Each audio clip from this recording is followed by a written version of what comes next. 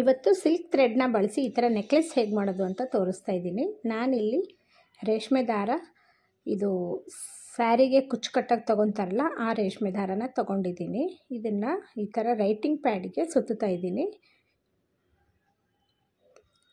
ಅದು ಕಂಪ್ಲೀಟ್ ಆಗೋವರೆಗೂ ಸುತ್ತಿದ್ದೀನಿ. ನಾನು ಒಂದು ದಾರ ಫುಲ್ಲು ಕಂಪ್ಲೀಟ್ ಆಗೋವರೆಗೂ ಸುತ್ತಿದ್ದೀನಿ, ಒಂದು ದಾರದ ರೀಲು. ನೆಕ್ಸ್ಟು ಅದನ್ನು ಕಟ್ ಮಾಡಿಕೊಂಡು ಈ ಥರ ಒಂದು ದಾರಕ್ಕೆ ಒಳಗಡೆ ಈ ಥರ ತೂರಿಸಿ ಗಂಟು ಕಟ್ಟಬೇಕು.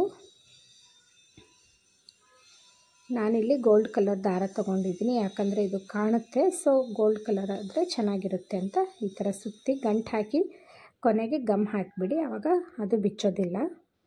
ನೆಕ್ಸ್ಟು ಎಕ್ಸ್ಟ್ರಾ ದಾರನ ಕಟ್ ಮಾಡಬೇಕು.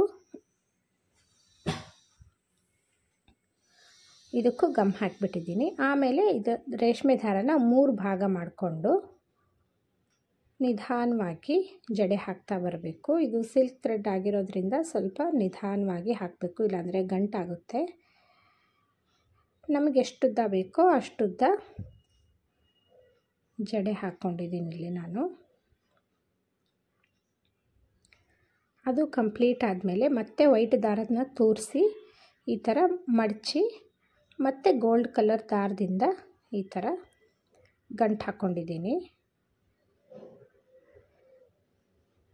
ಇದನ್ನು ಸ್ವಲ್ಪ ಗಟ್ಟಿಯಾಗಿ ಹಾಕಬೇಕು, ಆವಾಗ ರೇಷ್ಮೆ ದಾರ ಜರಿಯೋದಿಲ್ಲ. ಕಂಪ್ಲೀಟ್ ಆದಮೇಲೆ ಇದಕ್ಕೂ ಗಂಟು ಹಾಕಿ ಗಮ್ ಹಾಕಿ ಅಂಟಿಸ್ಬಿಡಬೇಕು. ಈ ಎಕ್ಸ್ಟ್ರಾ ದಾರನೂ ಕಟ್ ಮಾಡಿ ಗಮ್ ಹಾಕಿ ಅಂಟಿಸಿದ್ದೀನಿ ನಾನು.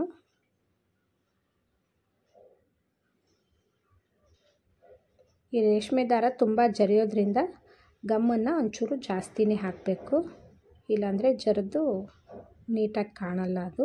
ನೆಕ್ಸ್ಟು ಲಕ್ಷ್ಮಿ ಕಾಯಿನ್ಸ್ನ ಈ ಥರ ಎಡ್ಜಸ್ನ ಕಟ್ ಮಾಡ್ಕೊಂಡಿದ್ದೀನಿ ನಾನು, ಆವಾಗ ಈ ಥರ ಸರ್ಕಲ್ ಶೇಪಲ್ಲಿ ಕಾಣುತ್ತೆ. ನೆಕ್ಸ್ಟು ಆ ವೈಟ್ ದಾರ ಬಿಟ್ಟಿದ್ವಲ್ಲ ಅದಕ್ಕೆ 2 ಸೈಡು ರಿಂಗನ್ನು ಅಟ್ಯಾಚ್ ಮಾಡ್ಕೊಂಡಿದ್ದೀನಿ ಆ ದಾರದಿಂದ.